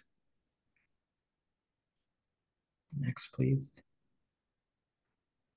Yeah, this was a pretty interesting moment. The golden eagle. The ground squirrels are actually pretty gnarly. They'll bite the eagle sometimes. So I looked through my sequence and saw where the squirrel bit the talon, and the eagle definitely didn't like that, and kind of recoiled, dropped the squirrel, and caught it on a second pass and killed it. So I've never seen anything like it. It happened so quick. My camera was just all over the place, and I was just spraying and praying. But luckily, one of the frames turned out nice. It's gorgeous. This is a Indian eagle owl. I believe it was split from the Eurasian eagle owl sometime in the past few years. But that was pretty cool to see in India as well. You can see how, compared to the great horned owl, it's more rusty, and it's got these vertical rather than the horizontal streaks, and it's got these reddish eyes versus the yellow. Next, please. Yeah, and continuing with the theme of the environmental shots, this is a peregrine falcon out at the coast, and I just tried to capture some of the dune environment as she was cruising around. Gorgeous. Yeah, this was a long exposure of a western screech owl. Again, I tried to capture a little bit more of the environment here, this valley oak. which was pretty nice. Next, please. Okay. Pretty cool. Thanks, everyone. Yeah. Hop Very off. cool. Yeah. Have an early work day, but I really enjoyed seeing everyone's photos and hearing some of the natural history. Take care. Great owl picture. Thanks, Rav. Yeah. Yep. I guess it's my turn, is Sean? Yeah. Yes. Hi, Sean. Hi. First of all, yeah, I think we bumped into Phil Lindsay in Moss Landing last fall, I think. I don't know. That was the occasion he took those pictures. My wife and I also went to Pentinaltis like Steve, and actually we got back less than 2 weeks ago, and all of these pictures are from Pentinal in Brazil, and so they are like I took them like within the last 3 weeks. Most of them are birds that we typically not see in the U.S. Those are mainly in South America and maybe Central America, but this one is an exception.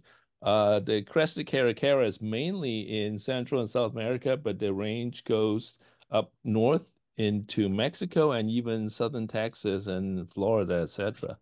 But I the best ones I took were from the Falkland Islands, but this time I got one flying. So obviously, it's a predator.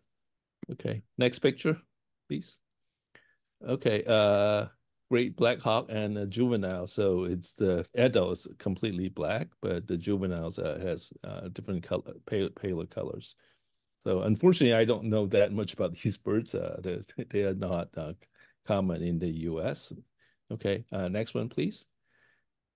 So we had two different kingfishers. Actually, I think Steve has the same type of bird.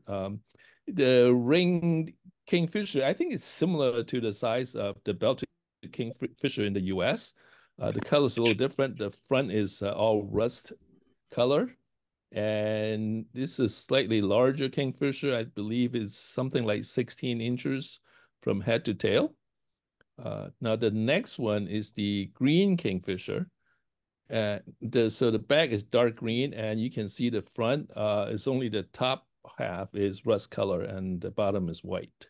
Then this is a lot smaller. Hard to tell from the picture. This, I believe, it's like 7.5 inches tall. So it's like half the height of the other one. Both of them fly very fast, and they obviously catch fishes. Next one, please. Okay, we have a couple of hawks. This is a back-collared hawk, and obviously another predator. And they were feeding them with fish, so I got one in flight. Next, please. Okay, this is a large bird, Jabiru storks, and they are like five foot tall, so they're very tall. And by the way, our trip to the Pantanal is similar to Steve's. The main objective was to see jaguars. So the arrangement is that we were on speedboats and they have a radio to talk to one another. It's kind of similar to the arrangement in African safaris, where you have a bunch of safari vehicles and they talk to each other. If they see some attraction, they'll radio everybody else and they all go to the same place. So you have some kind of traffic jam. In this situation, the jaguars are along the rivers, so all these boats will radio one another, and then suddenly you may see 10, 20 boats all get out together trying to get a glimpse of the jaguars. But since this is a bird photography meeting, so I'm not showing any jaguar pictures, but we also saw a lot of birds along the rivers, so that's why you see these pictures. Next, please. Okay, this one, well, I didn't. I photographed in a ranch, not on a river. It's a buff neck ibis, a new bird to me. Yeah, interesting looking ibis with a white neck. And next, please. Okay, Heinz macaws.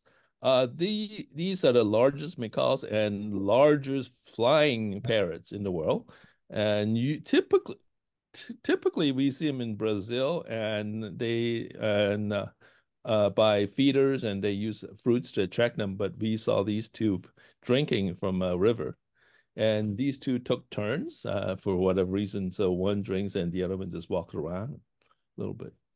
Okay. Next, please. Sunbeater. Unfortunately, I only got one walking along the river. If they open the wings and you can look from the top, and the wing pattern is very interesting. I've seen some pictures, but I don't have one myself. So, okay, next, please. Okay, this is the last one. It's a white-headed marsh tyrant, and it's a small bird on a branch. I wasn't very interested in it, but I was sitting next to our photography guy, and he got very excited. He took a bunch of pictures, so I took some pictures. But it's I had a 400 millimeter lens, and I had to crop extensively because it's a small bird. Kind of interesting looking. I believe that's the last one. Thank you. Beautiful collection, Sean. Yes, thank you. Nice. All right, Glenn. Hello. Yeah, I'm Glenn Tepke. I live in Santa Cruz, probably just less than a mile from the Arboretum where several of you showed hummingbird photos taken there. But I'm gonna actually show some photos from Panama. My wife and I, we went there in January. We stayed at a lodge on the Bocas del Toro Islands, which are on the Caribbean side of Panama, near the western end of the country, near the border with Costa Rica. And like, any good lodge in the neotropics, that has an array of feeders hanging off their balcony, which provides nice opportunities for, bird on a stick shots. What was kind of frustrating was that the feeders were totally dominated by neotropical migrants, by birds from the U.S. So this is a prothonotary warbler, a bird that's not hard to find in the southeastern U.S., but beautiful bird nonetheless. I'll go to the next photo. So here's a local bird that you wouldn't find here. This is a shining honey creeper. Honey creepers are in the tanager family. And this one's eating some banana, which is the main thing that they were providing in the feeders. And that very out of focus bird in the background is the female. Next. And this is a green honey creeper. And this is the male. And both these honey creepers just made occasional appearances where they would kind of muscle their way in and kind of push the American warblers to the side. If you're wondering about that sort of dark gunk that's on the top of its bill, I think that's like dried banana. I think this guy's a real regular at the feeders. Okay, next. And then the grounds of this lodge, they have a tower, which gives you a pretty wide view. And what's interesting is that parrots, red lord parrots, which these are, and also blue-headed parrots, kind of commute back and forth to their roost spot, and they fly right by the tower.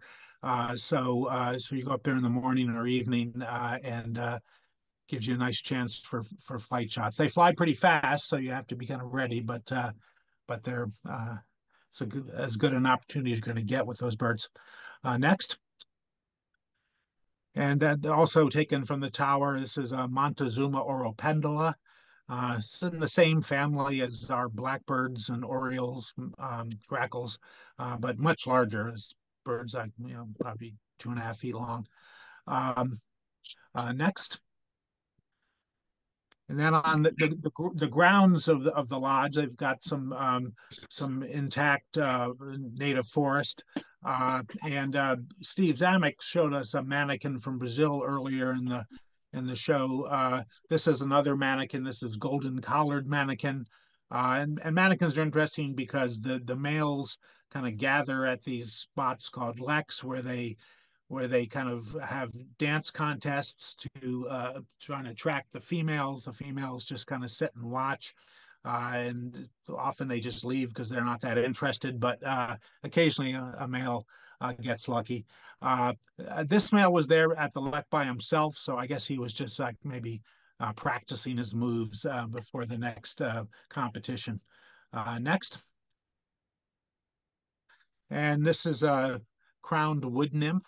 And I don't really know what's going on with this photo. The gorget and the crown are pretty good focus, but the body is totally blurred out. I guess it was shaking its body at the time I took the photo, but still the best one I got of this particular bird. But another kind of resident of the rainforest in that area. Next.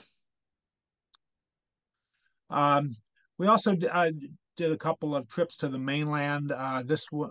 We went to a canal that was built for transporting bananas from banana plantations, but now it's kind of fallen in disuse, and now it's just kind of a great birding site. So we just took a boat ride up this canal. This is a three-wattled bellbird. It's related to cotingas and manakins, actually. This is an immature male. The adults will get a kind of bright chestnut brown in the body, and the head will get solid white. And the wattles, which are those things that look like worms kind of hanging off the top of the bill, they'll get longer. But this bird was still quite cooperative, and it's really hard to describe their sound. He's obviously vocalizing. Imagine someone like banging a huge brass bell that's like 10 feet high. It's incredibly loud and it's very unbird-like. You can Google and hear what they sound like. Next. And then on our way back from that canal, we made a stop at this small island out in the kind of on the Caribbean side called Isla de los Pájaros, or Bird Island, also called Swan Key, where several different seabirds nest, including these red-billed tropic birds. And the tropic birds are found in kind of tropical waters all around the globe, and sometimes you can see this species like on pelagic trips out of Southern California, like San Diego. But if you want to see them in good numbers, this is a great area for them. And photographing these was kind of a challenge because they're flying in front of the island, which is kind of dark lava rock with dark green vegetation growing all over it. So very dark background with a very bright white bird. It was bright sunlight. So you have to, really underexpose the photo to avoid blowing out the highlights on the tropic birds. And so the background gets very dark. And I actually got some photos where the background is completely black and it's just a white bird flying through a black space. But I kind of thought they looked kind of too artificial, even though they're just as legitimate as this photo. And next is just one more photo of the tropic bird. And you can see that lava rock in the background. So it was a real treat. This is a bird that I had been trying to get good photos of for a long time. So it was nice to be able to finally get multiple opportunities. And that's it. Wow. Thank you. All right.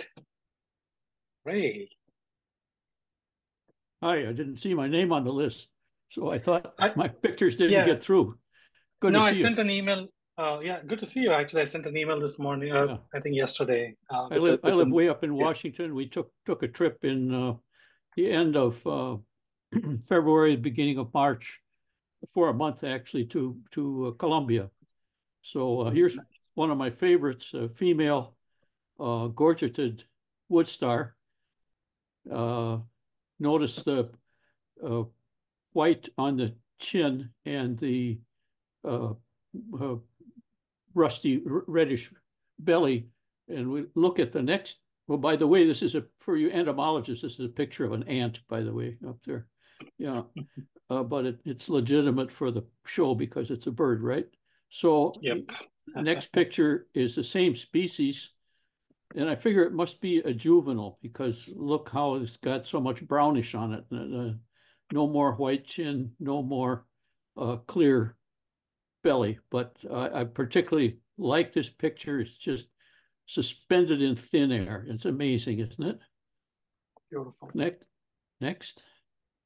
And for years, I've been trying to get a picture of this bird flying. That's a southern lapwing. I love to take pictures of lapwings flying because after all, that's what they're doing. They're showing off the their wings, aren't they? And notice the spur on this wing. Somebody else on one of his pictures had a spur on the wing of the bird. There are quite a few several of the lapwings at least have those spurs, and some geese do, and so on. Next slide, please. This is a whistling heron. That bird was far away and in bad light, and so it's amazing what Lightroom and Photoshop can do to bring out the detail and the colors on the bird. That was a darn lucky shot. Next. It's a big bird, easy bird, but nice pose, and I particularly like that sort of background. Yeah, little blue heron. Next, this is the golden-naped tanager, and now I got a lot of tanagers. I'll show you a few pictures of them.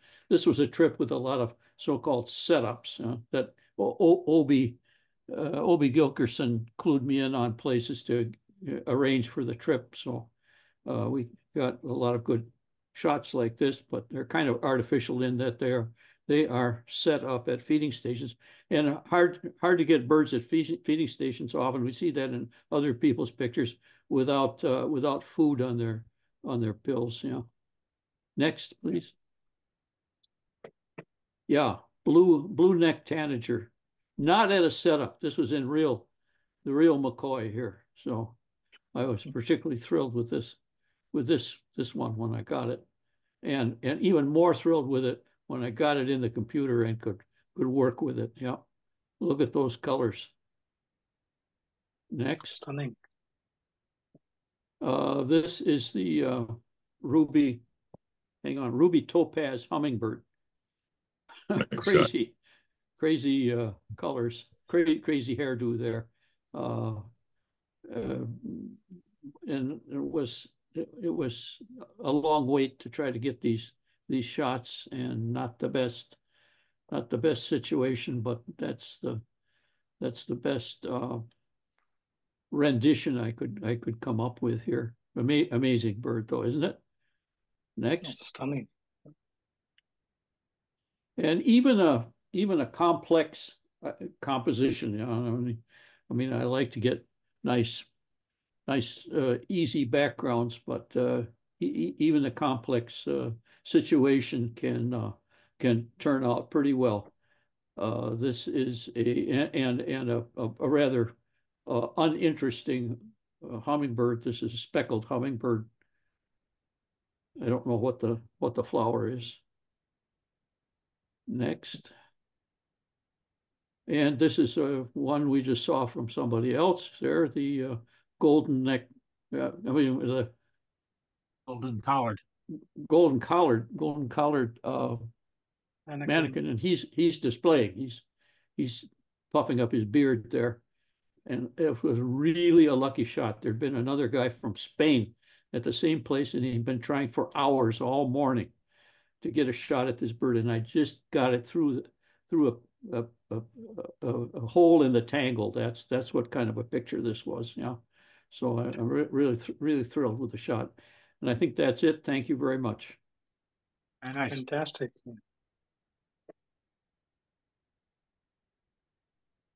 Doug.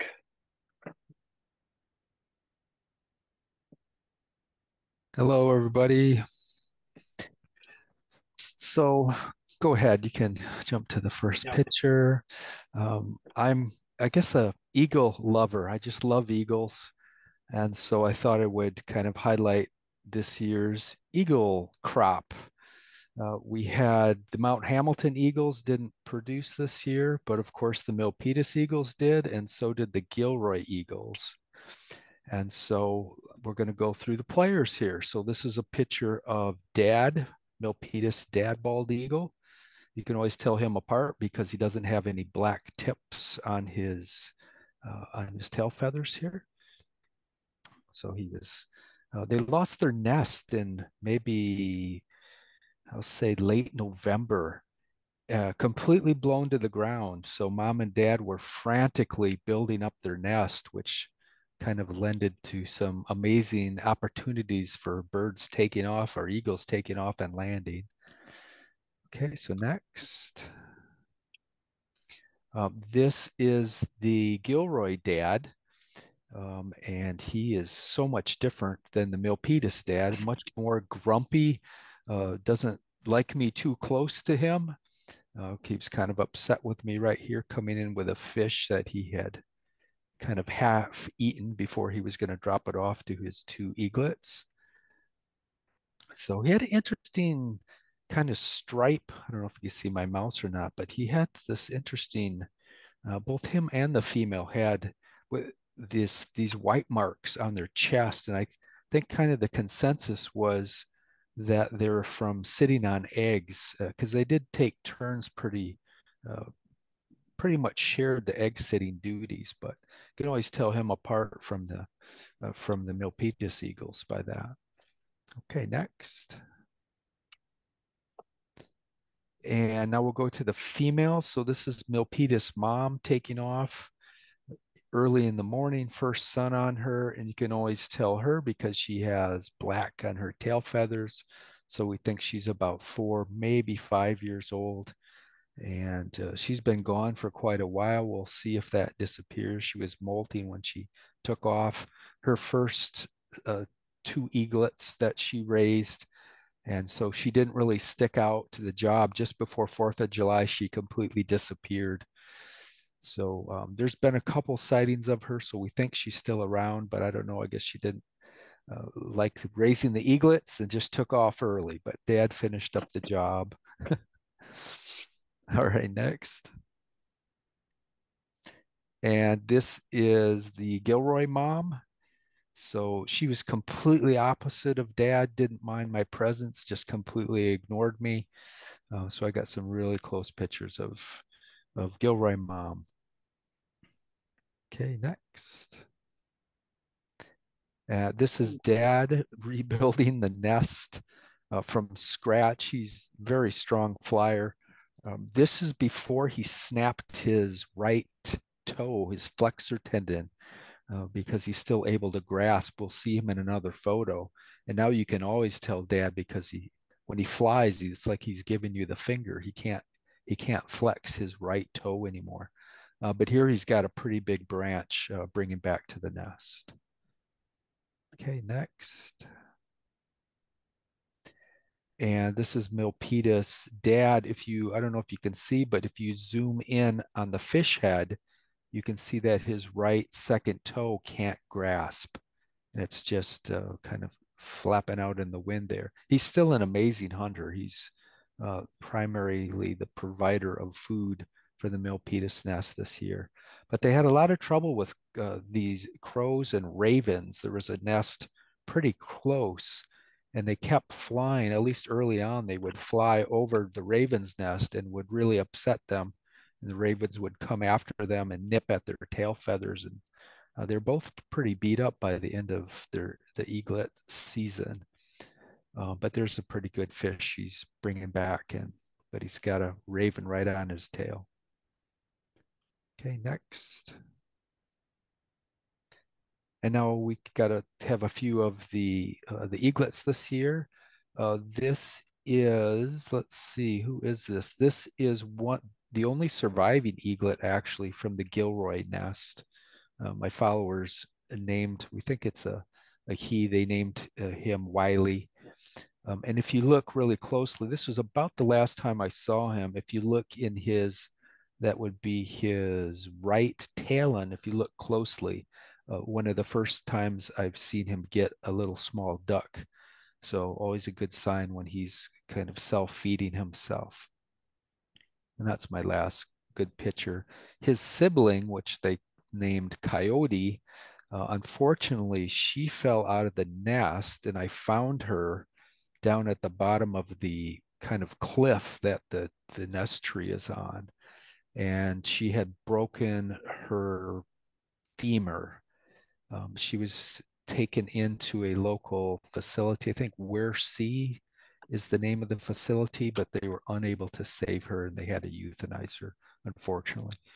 So we ended up with Wiley, and he looked fantastic. He flew really good and he could hunt by himself. And so hopefully he will stay around. Okay, next. And then this is actually it was the smaller of the two eaglets from Milpitas. I think they named him Phoenix, the school kids did. You could always tell him because he had a kind of like a divot, like an extra nose hole at the beginning of his beak, almost like a cleft palate type of thing. It's on the other side of him though. But he was little and he got picked on by the bigger one the whole time when they were growing up. And toward the end, he became the more aggressive one and more independent one, and he left the area before the bigger one actually did. Okay, next. And there's just a picture of the Gilroy mom coming in on her favorite perch. A little bit blown out in her head, but I thought the picture was pretty cool. Okay, next. And that's probably my favorite shot. So this is mom again from Milpitas, and it is almost sundown. She's got that really nice orange light on her, and she had snapped this little tiny branch of the pine tree off and was going to bring it back to the nest. Like that was really going to do much good because these eaglets were huge at this point, but she still had that instinct to pad up the nest, I guess. And I think that is it. Yeah. Beautiful shots. Thank you. Very nice. Thank you. All right, I'm the last one, and I hope I can do justice to these photographs. So my intent this year, at least, was to see hummingbirds in the United States. So we usually talk about the 3 species here, but there are at least 7 to 9 species that are in Arizona that are also a part of the hummingbirds in the United States. So we made a trip there, and I'll go through these, and I have labeled them. So this is a black-chinned hummingbird, and a lot of people actually in the Santa Clara area have actually seen this locally. I never had a chance to do that, but fortunately in Arizona, we did see and we did photograph. But it's, I think, one of the first and maybe one of the 2 or 3 photographs where I could actually see the gorget in good color. And so we got a few shots, and then, at one particular time, we were coming back from a hike, and we saw 2 of these black-chinned, getting into a tussle. So that was pretty neat. Purely by accident that I get those shots, actually. This was, I think, one of my favorites. This was near the Santa Rita Lodge, pretty famous for its bird hides and, bird, what you call feeding stations and so on.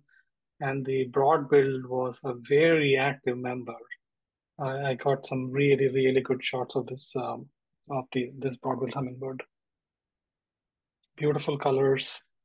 There's a perch there, and we were all hoping it will come and sit in the perch during good light, and it did. And like I said, this is it's a stunning bird that did come back several times and gave me a lot of opportunities here. So this one I would say was a really lucky shot. We were looking for the Lucifer. We had searched and we had waited for it.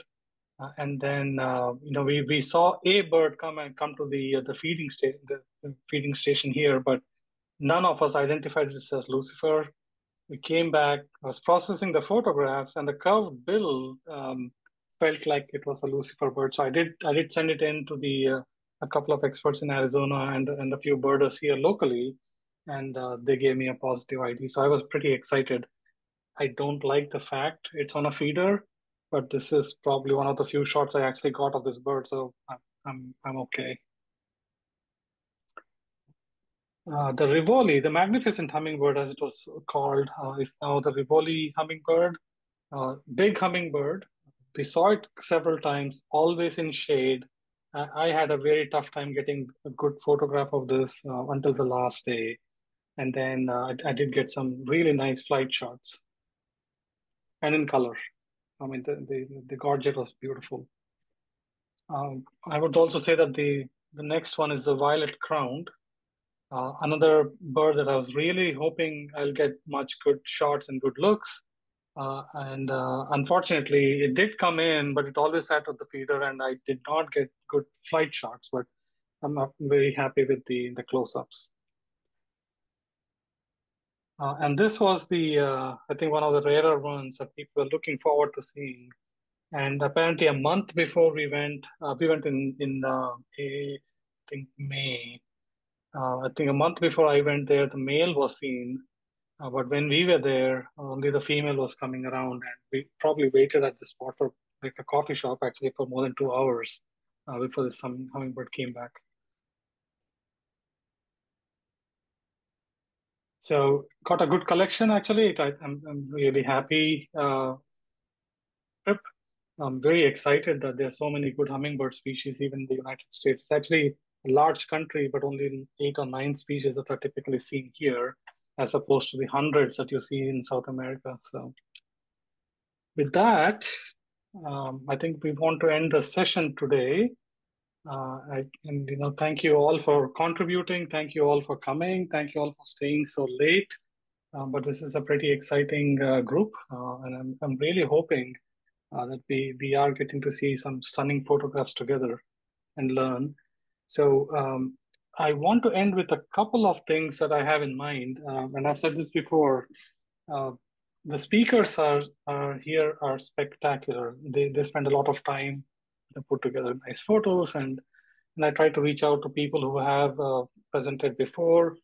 But I would love to invite more young birding groups or young birders, people who have not been represented before, or people who would like to give presentations on a topic. So I do have a couple of speakers that I have already reached out, and they have agreed to give a presentation. You'll hear from Chris Johnson, who's also a very good photographer, and then actually, and a young bird photographer who won the Audubon Society Youth Birding this year has agreed to give a presentation. That's going to be in November. So I'm very excited about that. So if you have names, if you have suggestions, please send an email to me and I will reach out. Steve Zamek actually sent a few names, and I've started reaching out to people.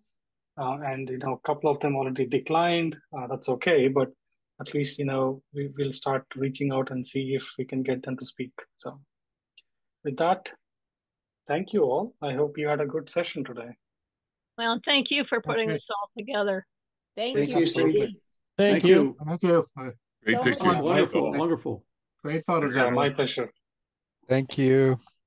Enjoyed. Fantastic. Yeah, fantastic. And I'll send out an email, but I'm hoping to see some of you folks out there in the field as well. So yeah. Thank you, Sri. Good night, everyone. Good night. Okay. Thank you, Sri. Yeah. Bye-bye.